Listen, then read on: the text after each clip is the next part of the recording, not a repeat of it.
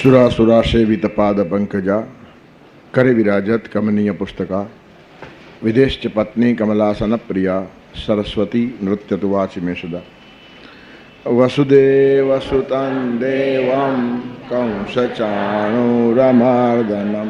देवकी परमानन्दं कृष्णं वन्दे जगद्गुरुं यत्करोषि यदश्नासि यत्करोषि यदश्नासि यत्करोषि यदश्नासि यत्करोषि यदश्नासि यज्जुहोषि ददासि यत् यज्जुहोषि ददासि यत् यज्जुहोषि ददासि यत् यज्जुहोषि ददासि यत् यत्तपस्यसि कौन्तेय यत्तपस्यसि कौन्तेय यत्तपस्यसि कौन्तेय यत्तपस्यसि कौन्तेय तत्कुरुष्व मदर्पणम् तत्कुरुष्व मदर्पणम् तत्कुरुष्व मदर्पणम् तत्कुरुष्व मदर्पणम्। પત્રમ પુષ્પમ ફલમ તો એમ જે કંઈ પરમાત્માને આપવાનું છે ભક્તિ ઉપર ઉત્તમ સવાલ છે ભક્તિનો અને ભાવનો. શું આપો છો આ સવાલ નથી. વધારે આપીને જો પરમાત્મા મળતો તો જેની પાસે વિપુલતા છે તે બધા જ પરમાત્માનો કબજો કરીને બેસી જતે. સોનાથી જે તોલાતો નથી તુલસી પત્રથી તોલાય છે, આનું નામ કૃષ્ણ. તુલસી દળથી તોલ કરો તો બને પવન પરપોટો. પરપોટો જેવો હલકો થઈ જાય જો ભાવ હોય તો. અને હિમાલય મૂકો હેમનો તો મેરુથી મોટો. સોનાના હિમાલયથી પણ ભગવાન જોખાતો નથી અને ભાવથી જોખાય. કંસના કેદખાનામાં રહેતો નથી, દુર્યોધનથી બંધાતો નથી, અને યશોદા જો બાંધે તો છૂટવાની એનામાં હિંમત પણ નથી. મારા પાલવ વડે બંધાયો જશોદાનો જાયો. યશોદા જ કૃષ્ણને બાંધી શકે, બીજાની હિંમત નહીં. દુર્યોધને આ બાલિશતા ચાપલાઈ કરેલી કૃષ્ણને બાંધવાની, તે વખતે ભગવાને વિરાટ રૂપ દેખાડ્યું છે અને ભયભીત થયા છે બધા જ. દુર્યોધન સહિત સમગ્ર કૌરવ સભા ખળભળી ઉઠી છે. તેથી દાદાગીરીથી, ગુંડાગીરીથી, હરામખોરીથી બંધાય એનું નામ ભગવાન નહીં. એ સામાન્ય માણસો ગભરાય, પણ સમગ્ર વિશ્વને ચલાવનાર ભયાનામ ભીષણમ, જેટલા જગતમાં ભય છે બધા કરતાં ભીષણ પરમાત્મા પોતે છે. તેથી કોઈ ભયથી એને ડરાવે, કોઈ પ્રલોભનથી એને ખરીદી લે, આવી રીતનું ભગવાન હોય તો વિશ્વ ચાલે જ નહીં. તેથી કંસના કેદમાં ન બંધાનારો, દુર્યોધનથી ન બંધાનારો પણ યશોદાએ એને પ્રેમથી બાંધ્યો છે. અને આંખમાં આંસુ લાવીને કૃષ્ણ કરે છે કે મને છોડાવો, પારાથી છૂટાતું નથી. ત્યારે ભગવાનને બાંધવાની જે પદ્ધતિ છે તે પ્રેમ છે. પત્ર પુષ્પ ફળ તોય ગમે તે આપો, આ એક સામાન્ય વાત થઈ. પછી એના બધા અર્થો બી આપણે જોયા. પત્ર કોને કહેવાય, પુષ્પ કોને કહેવાય, ફળ કોને કહેવાય. ગમે તે ફળ ધરાવો તે નહીં, કર્મના ફળ ભગવાનને આપો. તો એમ એટલે જલાભિષેક જે આપો તે વિનાશથી આપો. જલમાં વિનાશ છે ત્યારે ભીનું જીવન, લીલુંછમ જીવન, વહેતું જીવન. જલ ગતિમાન છે, જલ એ પ્રેમનું પ્રતીક છે. ગમે એટલું પાણીમાંથી પાણી કાઢો, કોઈ દિવસ ખાડો પડશે નહીં. તેમ પ્રેમમાં ખાડો પડતો નથી, જેનો પરમાત્મા માટેનો પ્રેમ અખંડ છે.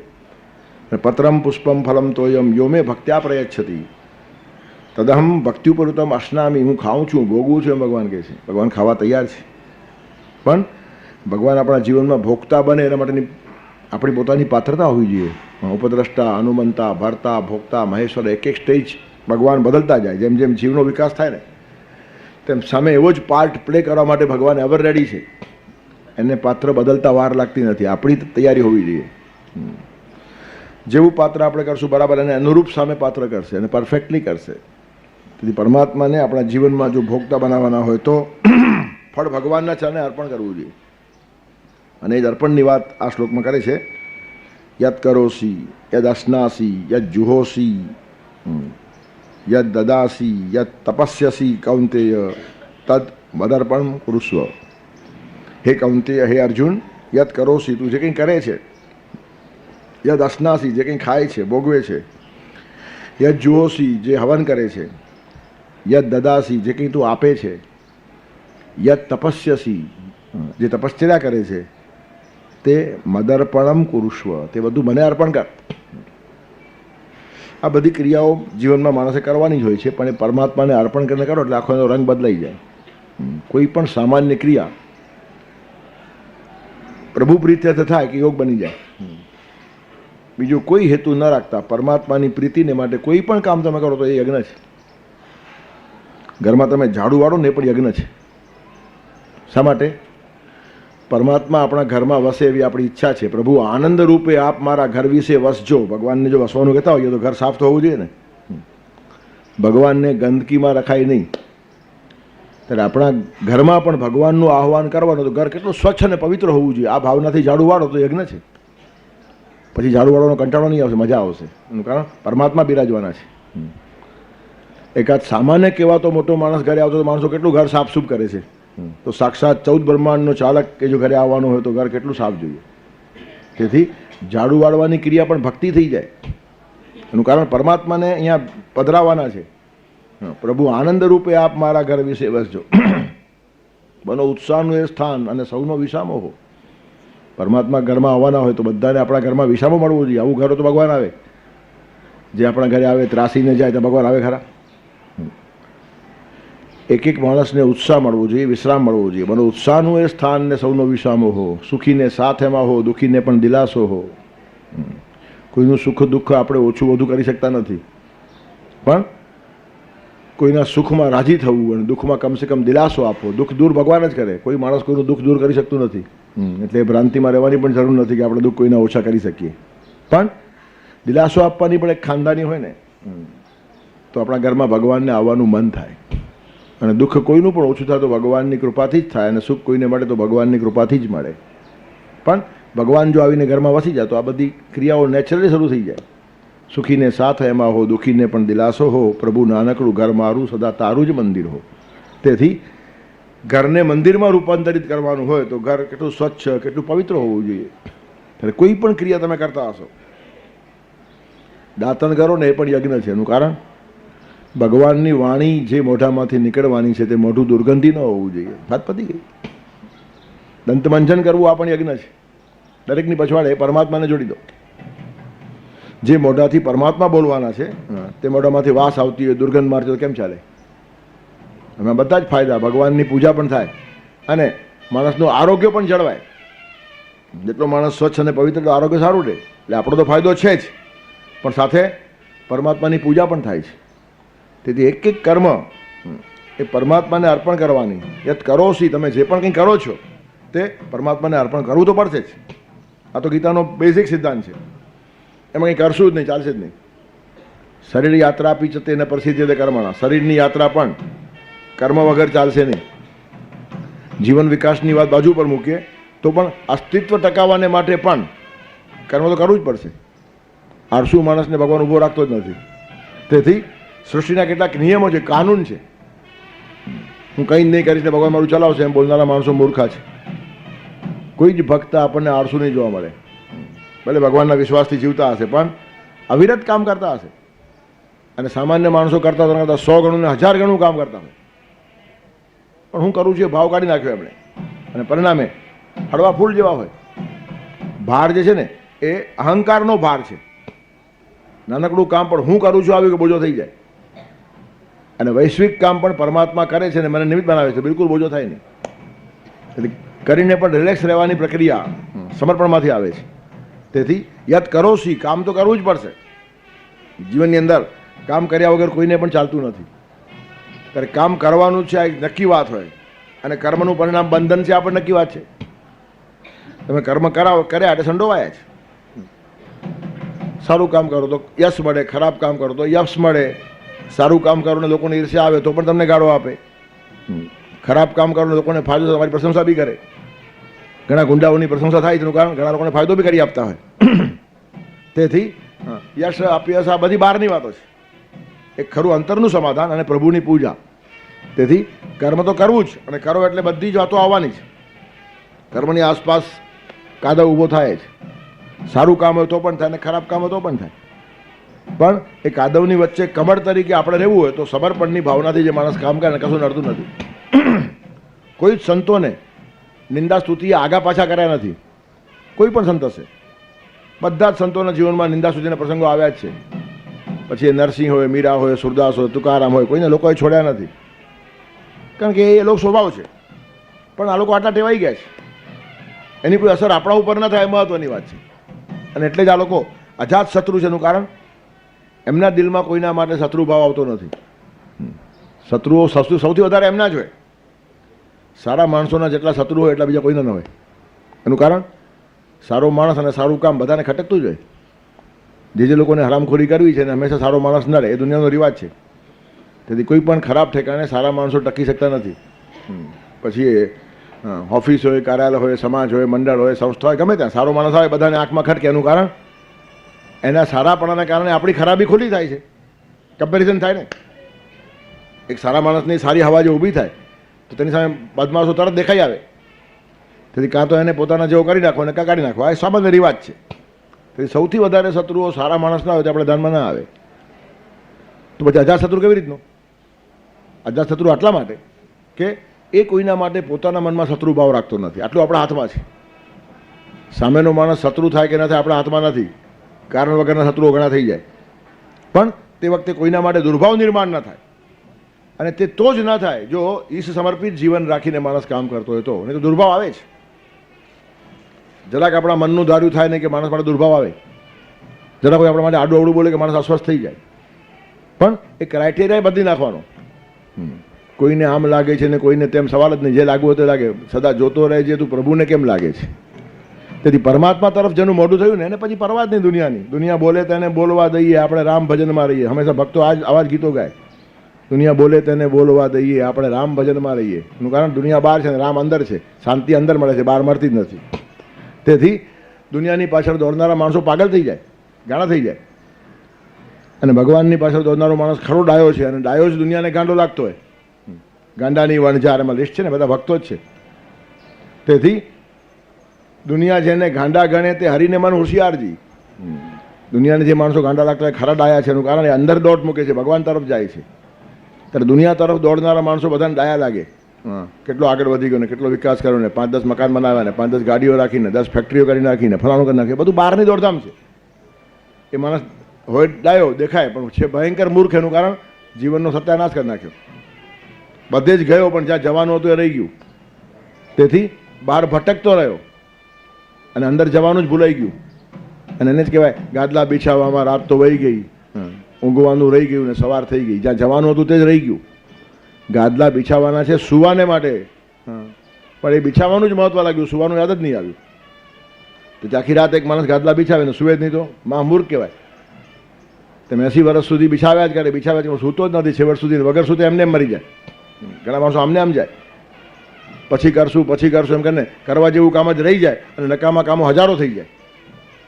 તેથી એ માણસો સમાજમાં ડાયા ગણાય, કારણ કે બહાર દેખાતા ઘણા કામ કર્યા પણ અંદરની શાંતિ બધી જ ખોઈ નાખી હોય.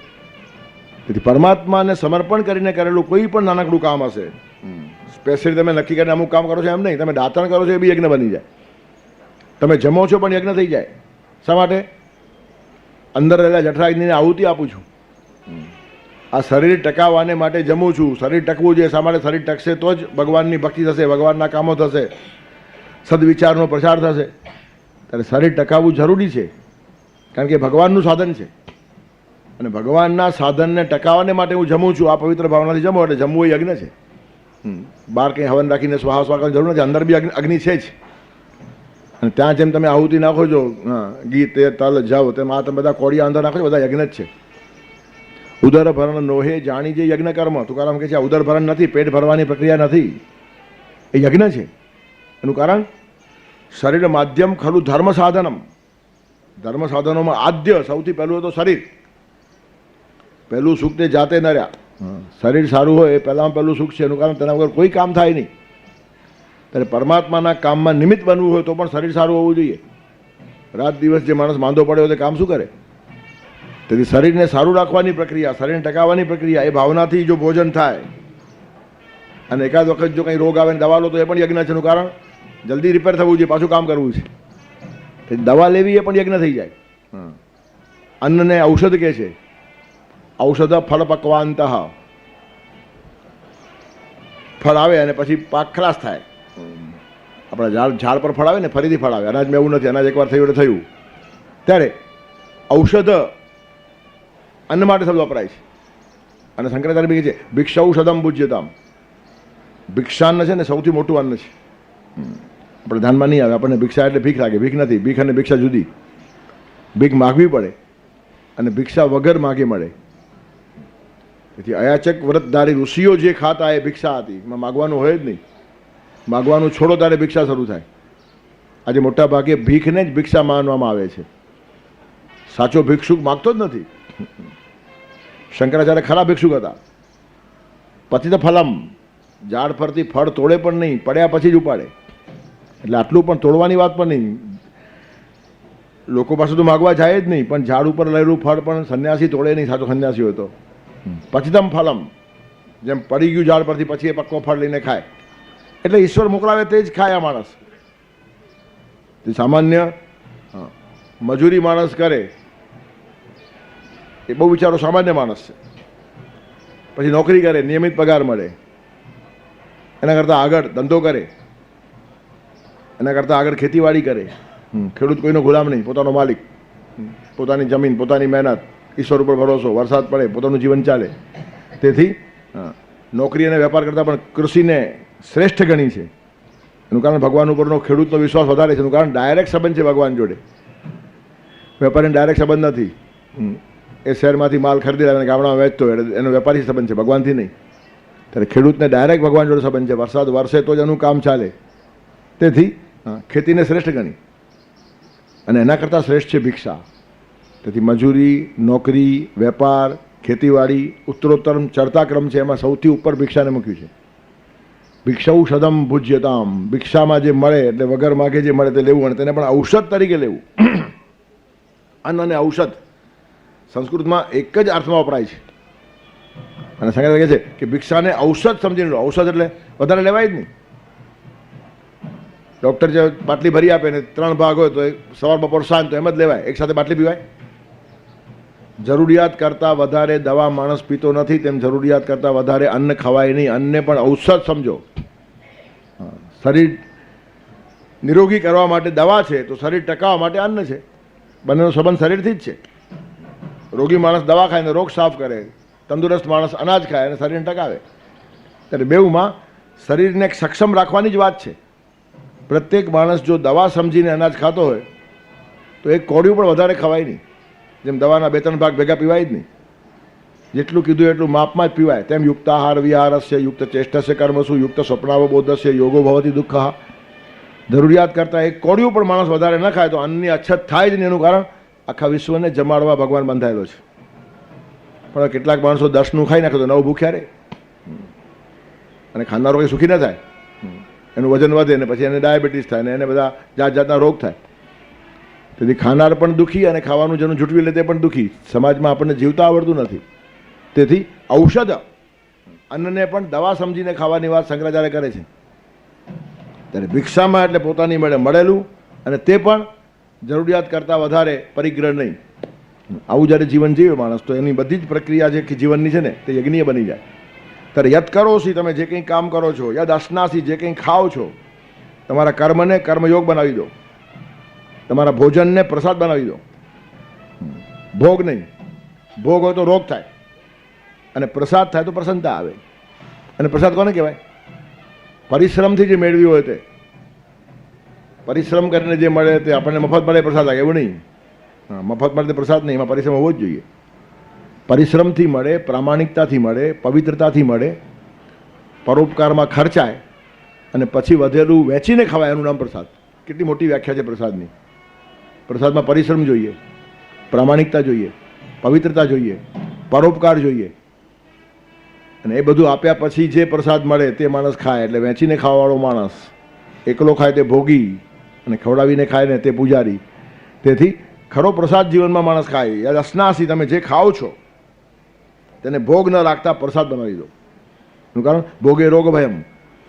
ભોગનું પરિણામ રોગ જ છે. અતિશય ભોગ માણસ જે ભોગવે તે રોગનો ભોગ થાય જ. ત્યારે પ્રસાદ કરવાને માટે પ્રામાણિકતા, પરિશ્રમ, પવિત્રતા, પરોપકાર આ બધા જ પકાર સાથે જીવનમાં આવવા જોઈએ. અને પછી માણસ બચેલું ખાય, પ્રભુને અર્પણ કરીને ખાય, ભગવાનની નજર પડે ઘણા કહીએ છીએ આપણે, કોઈ પણ તમે બજારમાંથી પેંડા સીધા ઘરે લાવો તો ભોગ છે, પણ વાયા ટેમ્પલ મંદિરમાં ફેરવીને લાવો તો પ્રસાદ. શા માટે? ભગવાનની નજર પડી, પડીકામાંથી 2-4 પેંડા પૂજારીએ ભગવાન પાસે રાખી દીધા અને બાકી તમે લઈ આવ્યા, 4 પેંડા ગયા તો બાકીનું આખું પેકેટ પ્રસાદ. પછી પ્રસાદ બધાને આપો છો. બસ આ તમારા બધા ભોગ ઉપર ભગવાનની નજર પડવા દો. ભગવાનની નજર પડે અને થોડુંક ભગવાનના ચરણ ધરી જવાય તો બાકીનો પ્રસાદ. પણ આપણે એ સિંગદાણા, સકરિયા અને પેંડા પૂરતું સીમિત કરી નાખ્યું. સમગ્ર જીવનમાં આ જ ભાવ હોવો જોઈએ. 100 રૂપિયાની નોટ મળી, 10 રૂપિયા સારા કામમાં ખર્ચી નાખો, બાકીના 90 પ્રસાદ. એ પ્રસાદ તમને પ્રસન્નતા આપશે અને 100 ખાઈ જશો તો રોગ થશે, 10 ને બદલે 90 ડૉક્ટર લઈ જશે. ત્યારે કેમ જીવવું એ આપણા પોતાના હાથમાં છે. ત્યારે પ્રસાદ બનાવવાની જે પ્રક્રિયા છે તે યદ અસ્નાનની પછવાડ છુપાયેલી છે. ત્યારે યદ કરોસી યદ અસ્નાસી, તમે જે કંઈ કરો છો તેનું અનુસંધાન ભગવાન જોડે કરો તો કર્મયોગ બની જશે. તમે જે કંઈ ખાઓ છો તે પરમાત્માને ધરીને ખાઓ, પ્રસાદ થઈ જશે.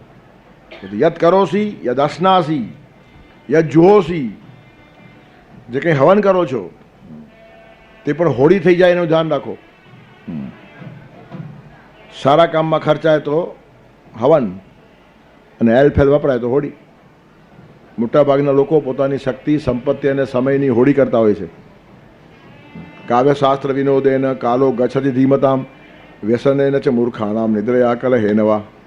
કાવ્ય, શાસ્ત્ર, વિનોદ આની ચર્ચાઓમાં ડાયા માણસો સમય જાય, હવન કહેવાય.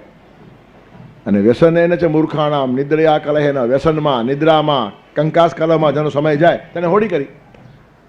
ત્યારે સમય ભગવાને બધાને આપ્યો છે. કેટલાક માણસો હવન કરે અને કેટલાક માણસો હોળી કરે. ત્યારે સમયનું હવન કરશે તે મહાત્મા થાય અને સમયની હોળી કરે એ દુરાત્મા થાય. સમયને બગાડનારો માણસ પોતાની જાતને ખલાસ કરે છે. તેથી અંગ્રેજીમાં એમ કહેવાય છે he is killing his time. એ માણસ પોતાનો સમય મારે છે. વાક્ય બરાબર નથી. સમયને કોઈ મારી શકે જ નહીં. એ પરમાત્માનું સ્વરૂપ છે. કાલોસ્મી લોકક્ષયકૃત પ્રવૃત્તઃ. તેથી પરમાત્માનું સ્વરૂપ હોવાથી કાર તો મળતો જ નથી. કાલોનો યાતો વયમેવ યાતા. ત્યારે સમયને મારનારો માણસ સમયને નહીં પોતાની જાતને મારે છે. ક્ષણ ક્ષણ કરીને માણસ ખવાઈ જાય. એક એક ક્ષણ જીવનમાંથી ઓછી થાય છે. જેટલા શ્વાસ લઈએ છીએ એટલા શ્વાસ જીવનમાંથી ઘટે છે. તો એક એક શ્વાસને જે માણસ સુગંધી બનાવી નાખે તે હવન કરે છે અને બધા જ શ્વાસ જેના દુર્ગંધી છે જીવનની હોળી કરે છે. ત્યારે યદ જુહોસી, તમે જે યજ્ઞ કરો છો, હવન કરો છો, એની પછવાડીની ભાવના પવિત્ર હોવી જોઈએ. સંપત્તિ પણ ક્યાં વેડફો છો? વાપરો છો કે વિકાસ કરો છો? વેડફવાને માટે સંપત્તિ નથી, ખાલી વાપરવાને પણ નથી, વિકાસ કરવાને માટે છે. તમોગુણીઓ વેડફી નાખે છે, રજોગુણીઓ વાપરી નાખે છે, સત્વગુણીઓ વિકાસ સાધી લે છે. તેથી સમય, શક્તિ, સંપત્તિ બધાને મળ્યા છે. કોઈ પણ મહાપુરુષને 24 કલાક કરતાં વધારે દિવસના ભગવાને આપ્યા નથી. ગમે તેટલો મોટો માણસ હશે. ભગવાન રામ, કૃષ્ણ, મહાવીર, બુદ્ધ બધા અહીંયા આવી ગયા. દરેકનો દિવસ 24 જ કલાકનો. એ 24 કલાકમાં એ લોકો મહાન થયા અને આપણે બટકા કેમ રહ્યા? કોઈ પક્ષપાત તો છે જ નહીં. દરેક માણસને 24 કલાક એકદમ રિઝનેબલી આપેલા છે. તો એ જ 24 કલાકમાં કેટલાક માણસો માન થઈ બતાવે છે અને કેટલાક માણસો ગટર ઉપર ફરતા હોય છે. એનું કારણ તમે હોળી કરો છો કે હવન કરો છો? મારો એક એક શ્વાસ સુગંધી હોવો જોઈએ. એનો સીધો પરિણામ શું? કે આપણી પાસે બેસવાનું કોઈને ગમવું જોઈએ. બસ દૂર લોકો આપણાથી ભાગે, સમજો લો શ્વાસ દુર્ગંધી છે, દુર્ગંધમાં કોણ બેસે? તેથી હવન જે માણસ કરતો હશે એ સાચો યજ્ઞ કરે છે. યજ્ઞનો અર્થ યજ દેવ પૂજા સંગતિકરણમ મૈત્રીકરણમ. યજ્ઞમાં દેવ પૂજા છે, સંગતિકરણ છે, મૈત્રીકરણ છે. બધા માટે મિત્ર ભાવ હોય. સંગતિકરણ પોતાની માટે સંગ ઊભો થાય, કરવો નહીં પડે. કરવામાં પાછો અહંકાર આવે. તેથી જે માણસ યજ્ઞીય કામ કરે છે ખરા અર્થની અંદર તે માણસ હવન કરતો હોય છે. એનો અર્થ પોતાની શક્તિ, પોતાનો સમય, પોતાની સંપત્તિ ખોટા માર્ગે ન જાય તેના માટે ક્ષણે ક્ષણ જાગૃત છે. સંપત્તિ સારા જ કામમાં જવી જોઈએ. મદન મોહન માલવિયા બનારસ વિશ્વવિદ્યાલય બનાવવાના, હિન્દુ વિશ્વવિદ્યાલય, તેના ફંડ ફાળવા માટે કલકત્તા ગયેલા. ત્યાં એક મારવાડી વેપારી પાસે ગયા.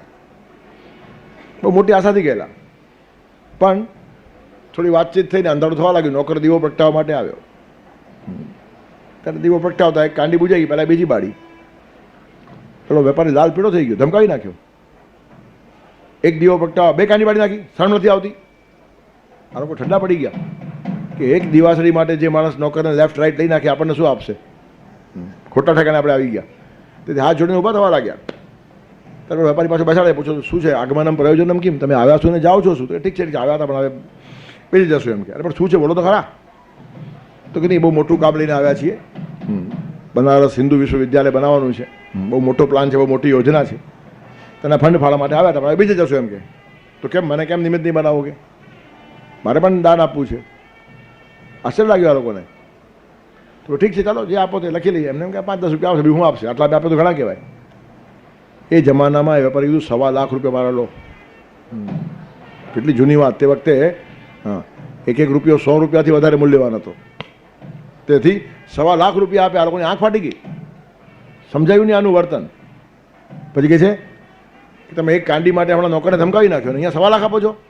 તો કે આવી કાંડીઓ વેડફી હોત ને 1.25 લાખ મારી પાસે હોત જ નહીં. 1.25 લાખ તમને આપી શકું છું એનું કારણ આડા આવડા ઠેકાણે પૈસો વેડફ્યો નથી. ત્યારે ગમે ત્યાં ફેંકીએ ને એ હવન ન કહેવાય, તો હોળી કહેવાય. ત્યારે પૈસો ઉગી નીકળવો જોઈએ. હવન જે છે ને એ જુદું ને હોળી જુદી. હોળીમાં બધું ભસમ થઈ જાય અને હવનમાં વવાઈ જાય, રોપાઈ જાય ને અનંત ગણું થઈને ઉગે. ત્યારે આપણી શક્તિ, આપણી સંપત્તિ, આપણો સમય એનું હવન કરવું જોઈએ. એક એક મિનિટ અને એક એક શ્વાસ ઉપયોગમાં આવવો જોઈએ. જેટલા શ્વાસ લઈએ છીએ પરમાત્મા તરફ કેટલા ગયા, જેટલા શ્વાસ પરમાત્મા તરફ જાય, જેટલા તમારા શબ્દો પરમાત્મા તરફ જાય, જેટલી તમારી શક્તિ પરમાત્મા તરફ જાય, એ બધું હવન થઈ ગયું. તેથી યજ્જોસી ફેંકી દેવું એટલે હોળી અને ભગવાનના ચરણે અર્પણ કરવું એટલે હવન. તેથી કોઈ પણ વસ્તુ યજ્ઞીય થવી જોઈએ. ત્યારે યત કરોસી યદસ્નાસી યજ્જોસી દદાસી યત, તમે જે દાન કરો છો ને એ પણ પરમાત્માનો મહિમા વધે ત્યાં જ તમારો પૈસો જવો જોઈએ. તમે હલકા માણસોના હાથ મજબૂત કરો એ દાન નથી, એ તો કુપાત્ર દાન છે. ખલાસ કરી નાખે તમને. કુપાત્ર દાનાચ ભવે દરિદ્રી દારિદ્ર્ય દોષેણ કરોતિ પાપમ પાપ પ્રભાવાત નરકે નિવાસી પુનર્દરિદ્રી પુનરેવ પાપી. ગુંડાઓને આપો એ દાન ન કહેવાય, એ તો વેડફાઈ ગયું. તેથી આપણા પૈસામાંથી પરમાત્માનો મહિમા વધવો જોઈએ ત્યાં સુધીનું ધ્યાન જે માણસ રાખતો હોય અને ખર્ચે એને સુપાત્ર દાન કહેવાય. એનું પરિણામ બહુ સારું આવે. સુપાત્ર દાનાચ ભાવે ધનાઢ્યો, આપીને તમે શ્રીમંત થાવ. સારા ઠેકાણે આપેલો પૈસો તમને ખલાસ કરે જ નહીં, એ તો અનંત ગણો થઈને ઉગે. અને ખલાસ થતો હોય તો જે અપાઈ ગયું એ સારા ઠેકાણે અપાયું નથી, તાળો તરત મળી જાય. ખોટા ઠેકાણે દાન આપનારા માણસો દેવાળું કાઢે ને કાઢે છે, અને સાચા ઠેકાણે આપેલો માણસ ઉપર જાય ને જાય. આ એક શાસ્ત્રીય સિદ્ધાંત છે, સાપ સીડીની રમત છે. ખોટા માણસને પૈસો અપાઈ ગયો, સાપના મોઢામાં ગયા 97 ઉપરથી એકદમ 3 ઉપર સીધા, અને સારા ઠેકાણે ખર્ચો 2 ઉપરથી એકદમ 92 ઉપર સીધા, સીડી જ મળી જાય સીધી. તેથી સુપાત્ર દાન એ સીડી છે ને કુપાત્ર દાન એ સાપ છે. ત્યારે પૈસો અમે ગમે ત્યાં ફેંક્યો, અમને શું છે અમે જોતા નથી, એ માણસ ગમે તે કરે, આવું ચાલે નહીં. આપણી સંપત્તિથી હલકા માણસના જો હાથ મજબૂત થઈ જાય તો આપણે પાપના ભાગીદાર છીએ. અને આપણી સંપત્તિથી કોઈ સારો માણસ મજબૂત થાય, કોઈ સારું કામ મજબૂત થાય, કોઈ સારી સંસ્થા મજબૂત થાય તો સમજી લો જન્માંતર સુધી તમને આ દાન તારશે. જન્માંતર સુધી ઉગી નીકળે. તેથી સંપત્તિ આપણી માં છે, ગમે ત્યાં ફેંકવા જેવી નથી. માને ગમે ત્યાં ફેંકાય નહીં. અમે તો આપ્યું, અમે જોતા નથી, જે થવાનું જ થાય. થવાનું શું થાય? તારા પૈસાથી દારૂ પીધો એ માણસ અને ખૂન કર્યું, તું જવાબદાર છે, ખૂનમાં ભાગીદાર થઈ ગયો. તું એને પૈસા નહીં આપો તો દારૂ નહીં પીત, અને દારૂ નહીં પીત તો ભાન નહીં ભૂલો તો કમસે કમ ખૂન તો નહીં કરત. એમને એમ સડ્યો ને પડ્યો ગટર ઉપર, પણ તે દારૂ પાઈને એને ઉશ્કેર્યો અને ખૂન કરવા પ્રેર્યો. તેથી ખબર ન પડતા ખોટા કામ થઈ જાય આપણા હાથે. એટલે સંપત્તિ જેના હાથમાં આવી છે તે સંપત્તિને માં જેટલી પવિત્ર સમજે. માને ગુંડાના હાથમાં અપાય? સંપત્તિ એ લક્ષ્મી જો મારી માં હોય તો તીર્થયાત્રામાં જ જાય, એલફેલ જાય જ નહીં, રખડપટ્ટીમાં જાય જ નહીં, ગટર ઉપર જેની સંપત્તિ જાય જ નહીં, ખોટા માર્ગે જવા માટે સંપત્તિ છે જ નહીં. તેથી દાન જે કરવાનું છે એની પછવાડે એક મહત્વ છે. એમાં દાન કરવું જોઈએ, ગ્રહિત છે. ક્યાં કરો ત્યાં વિવેક રાખો. કરતા જ નાનો પ્રશ્ન આવતો જ નથી. ત્યારે કરતા જ નથી એ માણસોનું મહત્વ નથી અહીંયા. પહેલાં કરવાની વાત તો પાયામાં છે, અને પછી ખોટા માણસોને ન આપો ને સાચા ઠેકાણે ખર્ચો એ પછીનો વિવેક છે. અને આપશો નહીં તો ખલાસ, બિલકુલ નથી આપતો નાશ થાય. પીપલિકાર્જિતમ ધાન્યમ મક્ષિકા સંચિતમ મધુ લુબ્ધેનો પાજિતમ દ્રવ્યમ સમૂલમ ચ વિનશતિ. કીડીએ ભેગું કરેલું અન્ન, મધમાખીએ એકઠું કરેલું મધ, અને લોભિયા માણસે ભેગું કરેલું ધન છેવટે નાશ જ પામે. કાં ધન નાશ પામે કાં પોતે નાશ પામે. તો રહી જાય ને બધું ભેગું થોડું લઈ જવાનું છે. એક પૈસો પણ જોડે જવાનું નથી, તો કરોડો રૂપિયાના ઢગલા ઉપર નાક થઈને માણસ બેઠો હોય અને બધા એના મરવાની રાહ જોતો હોય, કંઈ લાઈફ કહેવાય? Is this life? ત્યારે કહેવાનું તત્પર શું છે કે સત્કાર્યમાં જેને લક્ષ્મી વાપરવાનું મન થતું નથી અને જો દુર્ભાગી માણસ બીજો કોઈ નથી. ત્યારે આપવું જોઈએ આ પાયાની વાત, અને ખોટા માણસને ન આપવું જોઈએ આ બીજી વાત. કેટલા શાસ્ત્રકારો જાગૃત છે. આપણા જીવનની હોળી ન થાય, હવન જ થાય, દાન જ થાય, તે પણ સુપાત્ર દાન થાય, કુપાત્ર થાય નહીં. આટલી જાગૃતિપૂર્વકનું ગાઈડન્સ શાસ્ત્રકારો આપ્યું છે, એનું એના પરિણામ દેખાડ્યા છે. કુપાત્ર દાનનું પરિણામ દેવાળું અને સુપાત્ર દાનનું પરિણામ દિવાળી. હવે દિવાળી કરવી કે દેવાળું, યુ ડિસાઇડ. સારા ઠેકાણે દાન આપશો રોજ દિવાળી. ગીતાનું જ્ઞાન પછી હરદમ દિવાળી છે, હરદમ, શ્વાસે શ્વાસે દિવાળી. દમ એટલે શ્વાસ, હરદમ એટલે રોજ. ગીતાનું જ્ઞાન પછી તો હરદમ દિવાળી છે. અને સીતાહરણમાં તો લંકાની હોડી છે. કોઈનું પચાવી પાડો, કોઈનું ખેંચી લો. સીતા ઉપાડીને રાવણ થઈ ગયો, શું ફાયદો કાઢ્યો? આખી લંકાની હોડી થઈ. તેથી પૈસા જોડેનો વ્યવહાર કેવો હોવો જોઈએ તેનું પરફેક્ટ ગાઈડન્સ છે. સુપાત્ર દાન તમારા જીવનમાં દિવાળી નિર્માણ કરશે અને કુપાત્ર દાન તમારું દેવાળું ફૂંકાવશે. ત્યારે જીવનની અંદર આપણને મળેલી સંપત્તિ એ પરમાત્માની પત્ની છે, આપણી માં છે. આપણો એના પર અધિકાર નથી. એની પછી પ્રસાદ લેવાય, માને ભોગવાય નહીં, તે માને ફેંકી પણ દેવાય નહીં. માં ભોગ્ય નથી, માં ત્યાજ્ય નથી, માં પૂજ્ય છે અને પૂજ્ય પાસેથી પ્રસાદ લેવાય. તાત્પર્ય યદ દદાસી, આપવું જોઈએ આ પહેલી વાત, અને ક્યાં આપવું જોઈએ એનો વિવેક આ બીજી વાત. તેથી આંખ મેચીને પૈસા ફેંકે એને કોઈ દિવસ ભારતમાં દાનવીર કીધો નથી. રઘુ રાજા દાનવીર. એનું કારણ આખી દુનિયાની સંપત્તિ કમાવીને પછી એણે સંસ્કૃતિના કામમાં ખર્ચી નાખી અને પોતે માટીના વાસણોમાં જમતો બેઠો. સમૃણમય એવી તહિરણમય યત્વાત પાત્રે નિદાયાર્ઘ્યમ નર્ગશીલમ સુત પ્રકાશમ યસ્સા પ્રકાશ પ્રત્યુ જગામાતિથી મહાતિથેય. આ બધું સાહિત્ય એટલા માટે વાંચવાનું. રઘુવંશ વાંચો ખબર પડે દાન કોને કહેવાય. દિગ્વિજય કર્યો છે તમારા દ્વારે વિશ્વ જીતીક્ષિત એ આખા વિશ્વને જીતી લીધું એણે. અને નિઃશેષ વિશ્રાણિત કોષ જ તમે આખો કોષ નિઃશેષ થઈ ગયો, બધું પાછું ખર્ચી નાખ્યું. પોતાના ભોગને માટે કમાવ્યું જ નહોતું, સારા કામ માટે જ પૈસો કમાવેલો. દાનની પછાડે ભાવના જ પવિત્ર. અને આવી સ્થિતિમાં આવ્યા પછી પણ તપોવનનો શિષ્ય જ્યારે આવીને ઊભો રહે છે, એની પાસે કશું જ નથી, તો કુબીરની સાથે મસલત કરીને એને વોર્નિંગ આપીને 14 કરોડ સોનામોર માગી હતી. 4 ગણી આવી, 56 કરોડ સોના માગે લઈ જાય. એનું કારણ સારા કામ માટે આવેલો માણસ નિરાશ થઈને જવો નહીં જોઈએ. ખોટા કામ માટે આવેલો માણસ આપણા ઘરેથી નિરાશ થઈને જ જવો જોઈએ, અને સાચા કામ માટે આવેલો માણસ નિરાશ થઈને નહીં જવો જોઈએ. આ જાગૃતિ છે. તેથી વિવેક સર્વોપરી છે બધે ઠેકાણે. તમે જે કંઈ કરો છો, યદ કરોસી, જે કંઈ ખાઓ છો, યદ અસનાસી, યદ જુઓસી, જે હવન કરો છો, યદ દદાસી, જે આપો છો, બધામાં વિવેક રાખો. વિવેકની જાગૃતિ. ભાવપૂર્ણ અંતઃકરણથી આપો, પણ ભાવાવેશમાં આવો નહીં. ભાવપૂર્ણ થઈને પણ ખોટા ઠેકાણે ખર્ચી નાખો તો ભાવ પણ તમારો સડી જાય, ભાવને બી વાસ આવે. તેથી ભાવાવેશ જુદો અને સાચો ભાવ પ્રવાહ જુદો. ભગવાન રામ પાસે ભાવ હતો, ભાવાવેશ નહીં હતો. ભરત માટે ગમે એટલો ભાવ હોય પણ પાછા આવ્યા નહીં. પાદુકા લઈને ગયો પણ વનમાં ગયા એટલે ગયા જ, પોતાનો રસ્તો ચૂકે નહીં. ભાવમાં આવીને રસ્તો ચૂકે ને એ વેવલો માણસ કહેવાય, વિવેકી ન કહેવાય. ભાવ સકલનો સમજે, માર્ગ નિજનો ના ચૂકે. બધાનો ભાવ સમજવાનો પણ પોતાનો રસ્તો ચૂકવાનો નહીં. અને એ વિવેક જે માણસ જાળવે તે માણસ પરમાત્માની પૂજા કરી શકે. બધાના ભાવમાં જેમ આવે તેમ આડો અવડો વ્યવહાર લાગે ને એ અળસિયો કહેવાય. આમ બી જાય ને આમ બી જાય, ઠેકાણું નહીં. આવા મિર્જાપુરી લોટા ઘણા હોય ને આપણે ભાવુક કહીએ. ભાવુકને કહેવાય વેવલા કહેવાય. વેવલાઓને આપણે ભાવિક કહીએ છીએ. આ માણસ બહુ ભાવિક છે અને કશું જ નહીં. કશું શું નહીં, અળસિયો છે. આમ બી જાય ને આમ બી જાય. દિશા નક્કી હોવી જોઈએ. મારે જ્યાં જવું છે ત્યાં જ જઈશ. તેથી આડાઅવડા લોકોના ભાવો જઈને જે રોજ ગુલાટ મારતો હોય તે માણસ કોઈ નક્કર અને કોન્ક્રીટ કામ નહીં કરી શકે. ત્યારે આપવું જોઈએ આ પાયાની વાત, અને ક્યાં આપવું જોઈએ આ બીજી વાત. એકવાર આપવાનું નક્કી થાય ને, દાનનો મહિમા ખૂબ ગવાયો છે. પછી ભારતમાં બધા માણસો લગભગ દાન કરવા તૈયાર છે, પણ ખોટા ઠેકાણે નહીં આપવું જોઈએ બહુ કહેવાતું નથી. અને પરિણામે મોટા ભાગના દાનનો દુર્વ્યય થાય છે. કરોડો રૂપિયાનું દાન થાય અને રાષ્ટ્રની આવી દુર્દશા હોય તો પછી દાન જાય છે ક્યાં?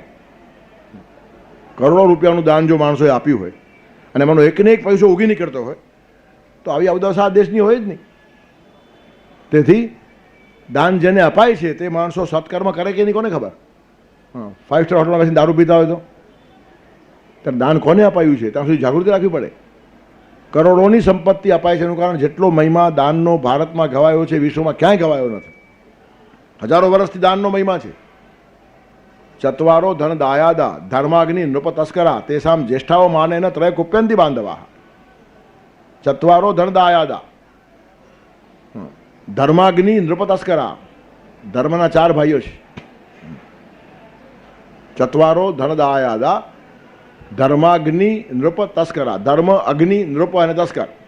ધર્મ અગ્નિ નૃપ રાજા, તસ્કર એટલે ચોર. આ 4 લોકો ધન લઈ જાય તમારા ધન ઉપર. આ 4 લોકોની નજર હોય. ધર્મ પણ તમારી પાસે ધન ઝંખે છે. ધર્મને ધન જોઈએ, ગમે તે વાતો કરીએ. સારા કામો પણ પૈસા વગર થતા નથી. તેથી પૈસાની ઉપેક્ષા, પૈસો હલકો છે, પૈસાને ગાળો આપનારા માણસો બરાબર સાચી વસ્તુ સમજ્યા જ નથી. પૈસાને ગાળે માને ગાળ છે. લક્ષ્મી મારી માં છે, ગાળ કેમ અપાય? અને માને ગાળ આપનારો માણસ કોઈ સારો માણસ હોઈ શકે? તેથી લક્ષ્મી ચંચલ છે, પૈસો હાથનો મેલ છે એમ બોલનાર માણસો બકવાસ કરે છે. ખબર નથી એ લોકોને. એના વગર એક ડગલું પણ ચાલતું નથી. પણ હું ઘણી કહું છું મજાકમાં, પૈસો હાથનો મેલ છે એમ આપણા મગજમાં ઠસાવે. એનું કારણ મેલ સમજીને આપણે ફેંકી દઈએ તો ઉપાડીને હાલતો થઈ જાય માણસ. આના કરતાં બીજું કોઈ પ્રયોજન એની પછવાડે હોતું નથી. તેથી અવાસ્તવિક ઉપદેશ છે. તમે ગમે એટલું ઠસાવો પૈસો ખરાબ છે, એકે માણસ પૈસો કમાવાનું બંધ નહીં કરે, કરવું પણ નહીં જોઈએ. ગીતાકાર ના જ પાડી છે. આળસુ માણસો ભગવાનને જોવા પણ ગમતા નથી. અસલ માજા હરી તો દિલ ખાટલા વરીએ, ભક્તની ભાષા કોઈ થર્ડ ક્લાસ માણસ બોલતો હોય તો એ ભગવાન કહે છે મારો દુશ્મન છે ને મારો દ્વેષી છે. તેથી કર્મ તો કરવું જ પડશે, સવાલ નથી આવતો. ત્યારે ધર્મ અગ્નિ નૃપ અને તસ્કર તેસામ જ્યેષ્ઠાવ માને ન ત્રય કુપ્યંતી બાંધવા. તેમાં ધર્મ મોટો ભાઈ છે. ધર્મ અગ્નિ રાજા અને ચોર, આ 4 લોકોમાં ધર્મ મોટો. મોટા ભાઈની જો અવજ્ઞા કરો, મોટા ભાઈનું માન ન જાળવો, ધર્મના કામમાં તમે જો પૈસો ન ખર્ચો તો 3 તમારા પર નારાજ થાય. એટલે અગ્નિ તમારો પૈસો બાળી નાખે. નૃપ રાજા તમને લૂંટી લે અને તસ્કર ચોર ચોરી કરી જાય. ત્યારે ધર્મના સાચા માર્ગે જે લોકો પૈસો ખર્ચે છે તેને ત્યાં બનતા સુધી આગ લાગતી નથી. આગ એટલે ખાલી આગ નહીં, તમારા સંબંધો ખરાબ થાય આગ જ છે ને, રોજ લોહી પીડા. તેથી ધર્મના માર્ગે જે પૈસો ખર્ચે એના ઘરમાં આગ ન લાગે. ભગવાન કાળજી રાખે. રાજા પણ એને પજવે નહીં. જૂના કાળના રાજાઓ ઋષિ મુનિઓ પાસે ટેક્સ લેતા નહોતા. ટેક્સ કેમ લેવાય? જેનું લોહીનું ટીપું અને ટીપું સંસ્કૃતિ માટે ખર્ચાય છે એની પાસે ટેક્સ લેવાની મનોવૃત્તિ રાખવી એ કેટલી અધમતા અને હલકાઈ છે. પણ સામે આ લોકો આટલા પવિત્ર હતા. સંપત્તિના ઢગલા ઉપર બેસવાનો શોખ નહીં હતો આ લોકોને. ઋષિમુનિઓ આટલા પવિત્ર હતા. અને રાવણે ઋષિમુનિઓ પાસે પૈસા નહોતા તો એમનું લોહી નીચોવી લીધું ટેક્સમાં. આવી રીતનું વર્ણન છે. અને કેવો ખલાસ થયો. ત્યારે કહેવાનું તાત્પર્ય, સાચો ધાર્મિક માણસ હોય તો એને આગ પજવે નહીં. સાચો ધાર્મિક માણસ હોય તો એને રાજા પણ હેરાન કરે નહીં. અને સાચો ધાર્મિક માણસ હોય ને ત્યાં ચોર પણ જાય નહીં. બધાને ખબર હોય વગર માગે જે આપતો હોય તેના ઘરમાં ચોરી શું કરવાની હોય. તેથી તેસામ જ્યેષ્ઠાઓ માને ન. જ્યારે મોટા ભાઈની અવગણના થાય ત્યારે બીજા 3 કામે લાગી જાય. આગ પોતાનું કામ શરૂ કરે, રાજા પોતાનું કામ શરૂ કરે, ચોરો પોતાનું કામ શરૂ કરે. એનું કારણ પૈસા તો વહેવો જ જોઈએ ને સમાજમાં. તમે સમજીને ધાર્મિક રીતે નહીં વેવડાવો તો પછી આગ પોતાનું કામ કરે, રાજા પોતાનું કામ કરે, ચોરો પોતાનું કામ કરે, સંપત્તિ તમારી વહેંચી થઈ જાય, રજા લઈ જાય. ત્યારે કહેવાનું તત્પર શું છે કે 3 ભાઈઓ ધર્મની મર્યાદા જાળવે છે. એટલે જે લોકો ધર્મને બરાબર માન આપે છે, ધર્મનું સન્માન કરે છે, સાચા માર્ગે પૈસો ખર્ચતા હોય છે તે આ 3માંથી બચે. ભૌતિક આગ પણ ન લાગે ને અંદર પણ કુટુંબોમાં આગ ન લાગે. સંપત્તિ સારા કામમાં ખર્ચાતી નહીં હશે તે કુટુંબમાં શાંતિ નહીં. હજો બાપ દીકરો ભેગા નહીં બેસી શકે, ભાઈ ભાઈ સાથે બેસીને જમી નહીં શકે. એનું કારણ સાચી વાત કે સાચી પ્રવૃત્તિ મગજમાં છે જ નહીં. ત્યારે કહેવાનું તાત્પર્ય, ધાર્મિક માણસના ઘરમાં આગ લાગે જ નહીં. એનું કારણ છે જતું જ કરવાની વાત છે ને. ખેંચા ખેંચો તો આગ લાગે. એક લઈ ગયો તો બીજો ખુશ થાય, ચાલો મોજ કર જા. આ ધર્મ આ શીખવાડે. ગયા પછી પણ સ્વસ્થ રહેવાની હિંમત તમને ધર્મ આપી શકે. નહીં તો ગયા જાય એટલે બરતરા થાય. મારા હકનું હતું ને ગયું, મારા હકનું હતું ગયું, પીડામાં ને પીડામાં ખલાસ થઈ જાય માણસ. હકનું હોય તો જાય જ નહીં, અને હકનું ન હોય તો ગમે એટલી મહેનત કરો આવે જ નહીં. ત્યારે ધર્મ એક અન્ડરસ્ટેન્ડિંગ ક્રિએટ કરી નાખે અને માણસ સ્વસ્થ થઈ જાય. તો ત્યાં ધાર્મિક માણસ સ્વસ્થ હોય ખરાબ અર્થમાં. એને અંદર પણ આગ ન લાગે, એના ઘરમાં પણ આગ ન લાગે, અને બહારની ભૌતિક આગ પણ ન લાગે. તેથી ધર્મની જે લોકો મર્યાદા જાળવે છે તેને અગ્નિ, રાજા અને ચોર પણ હેરાન નહીં કરે એમ શાસ્ત્રોમાં લખેલું છે. ચત્વારો ધનદાયાદા ધર્માગ્નિ નૃપતસ્કરા તેસામ જ્યેષ્ઠાવ માને ને. જ્યેષ્ઠની અવગણના કરો, અપમાન કરો ધર્મનું તો ત્રય કુપ્યંતી, 3 લોકો કોપિત થાય અને તમારી ધનોત્પન્ન કરી નાખે. તેથી આગ છે, ચોર છે, રાજા છે, એનાથી બચવું હોય તો સમજીને વિવેકપૂર્વક દદાસી આપવું જોઈએ. આપવું જોઈએ પહેલી વાત, પાયો છે. અને ક્યાં આપવું જોઈએ બીજી વાત. તેથી આંખ મીચીને ગમે તે આપવું નહીં. એ વગાડીને કહેવાના દાડા આવ્યા છે. એનું કારણ મોટે ભાગે ખોટા ઠેકાણે દાન થતું હોય છે અને માણસ સંતોષ અનુભવતો હોય છે. તેથી દાન ધીરે ધીરે એવી રીતનું આપો, તમે ગરીબોને પણ આપો ને તો એ રીતે આપો કે આવતીકાલે એ માણસ પણ આપનારો થઈ જાય, માગનારો નહીં. એને બેસાડીને ખવડાવો નહીં, કામે લગાડો, કામ માટે એને હેલ્પ કરો અને કામમાંથી કમાય તમારા પૈસા પાછા આપે એવું રાખો, લોન રાખો, કંઈ વાંધો નહીં. અને આપવા દો, આપવાની જવાબદારી રહેશે. ભીખ આપીને માણસ આળસુ થાય, ભલે તમને જોઈતા પણ નહીં હશે, પણ આપવાને એના પર બોજો રાખો એટલે શું, એને મગજમાં કમાવાની વૃત્તિ રહે. અને થોડોક ટાઈમ એવું લાગશે, પણ પછી જ્યારે કમાશે ને ત્યારે તમારી લોન તો પાછી આપશે, પણ તમે એને હેલ્પ કરી તેમ બીજા ચારને એ પણ કરશે. અને એ ખરું પવિત્ર કામ છે. તેથી આળસુની ઓલાદને પોષવું એનું નામ દાન નથી. ને આવા ઘણા કામો જોવા મળે. એકવાર હું ગયો હતો એક ઠેકાણે, ત્યાં કોઈ અન્નક્ષેત્રની અંદર મને લઈ ગયા પીરસવા માટે. 200 માણસ જમતા હતા, પણ ખરેખર અન્નક્ષેત્રમાં જમવા જેવા 10 માણસો માંડમાં હતા. બાકી બધા રટ્ટા કટ્ટા બેસી ગયા. મફતની પંગત છે, બેસો ને જાય છે શું? આપણા શાસ્ત્રોમાં ચાલતું નથી. હા, શાસ્ત્રમાં સ્પષ્ટ લખેલું છે અન્નક્ષેત્ર ખોલવું એ પુણ્ય છે ને એમાં જમવું એ પાપ છે. ખોલનારને પુણ્ય મળે, જમનારને પાપ લાગે. એનો અર્થ ખોટો લાભ લો નહીં. કંઈ જ ઉપાય ન હોય, સાવ હેલ્પલેસ થાવ તો જ અન્નક્ષેત્રમાં જમાય.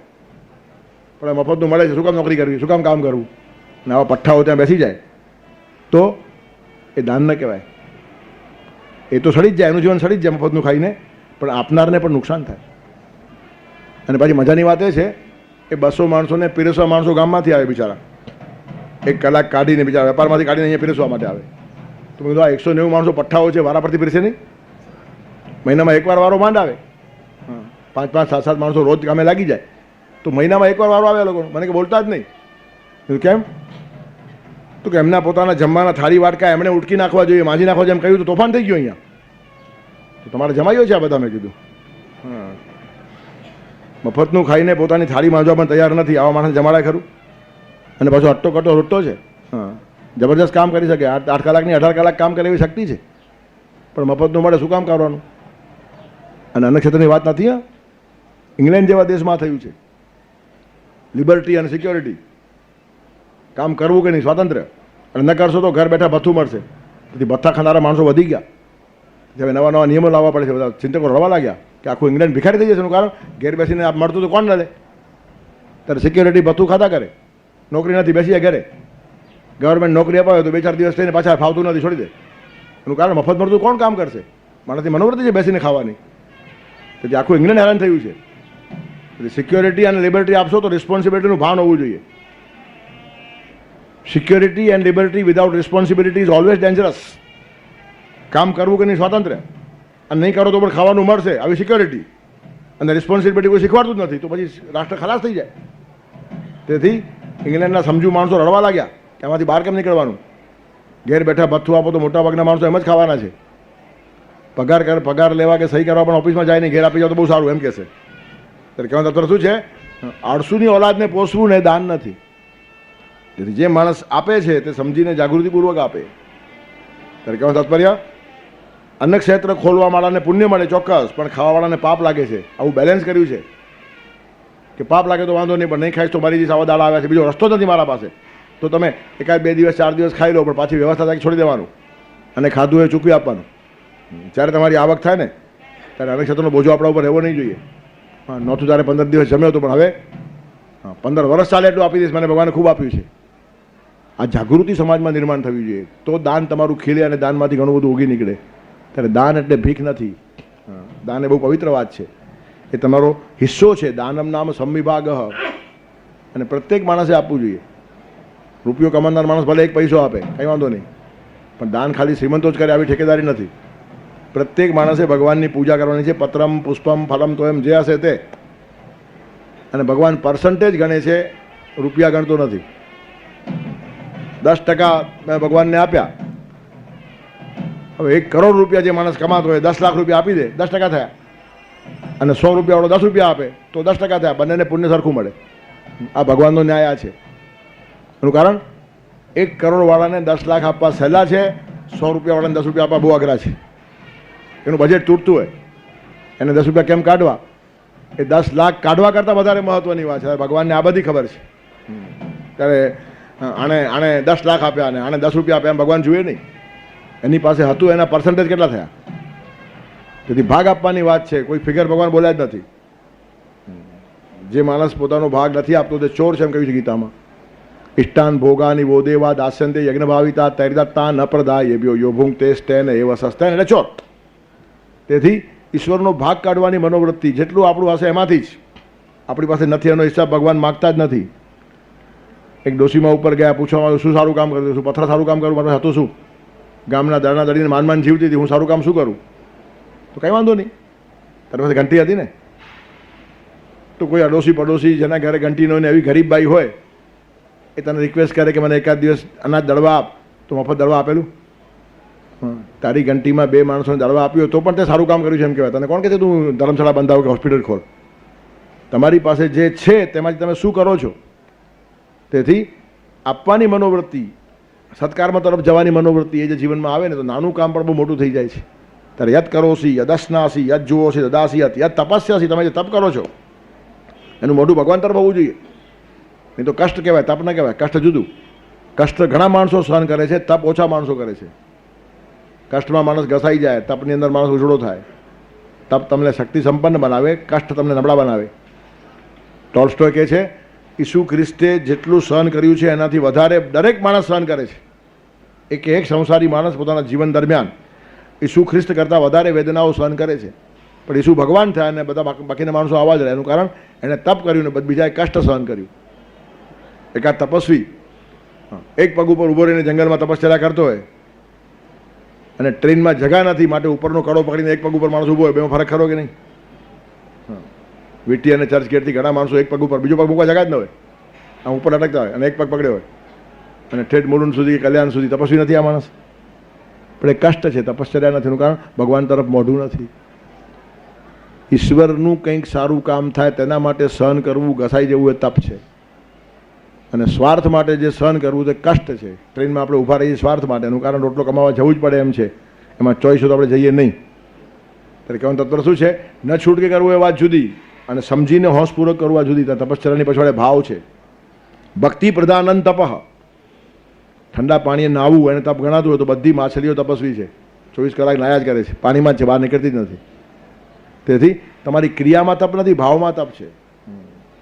ઠંડા પાણીએ શા માટે નાવાનું? હું સગવડ અગવડ માગતો નથી, જે હોય તો ચલાવી લઉં છું, બીજા માણસ પર બોજો બનતો નથી, તો વાત પતી ગઈ. તેથી તમે સારા કામે નીકળ્યા ને તો બહુ સગવડની અપેક્ષાઓ ન રાખો. મળે તો ભગવાનની પ્રસાદ છે, પણ ન મળે તો ચલાવી લેતા આવડવું જોઈએ.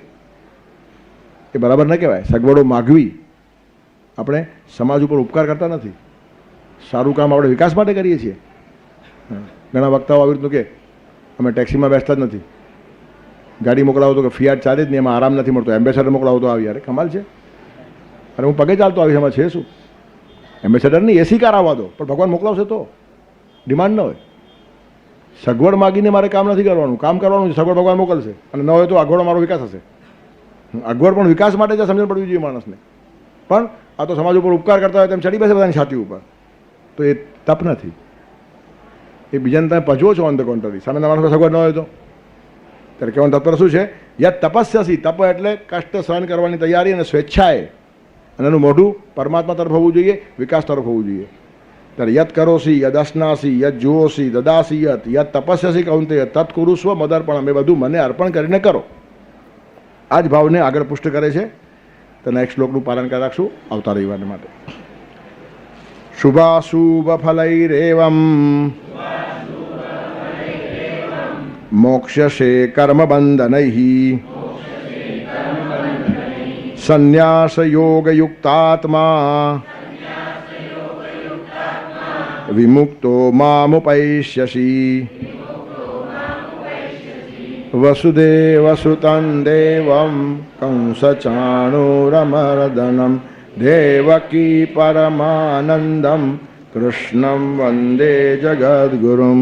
ગુરુર્બ્રહ્મા ગુરુર્વિષ્ણુ ગુરુર્દેવો મહેશ્વરઃ ગુરુः સાક્ષાत् પરબ્રહ્મ તસ્मै શ્રી ગુરવે નમઃ.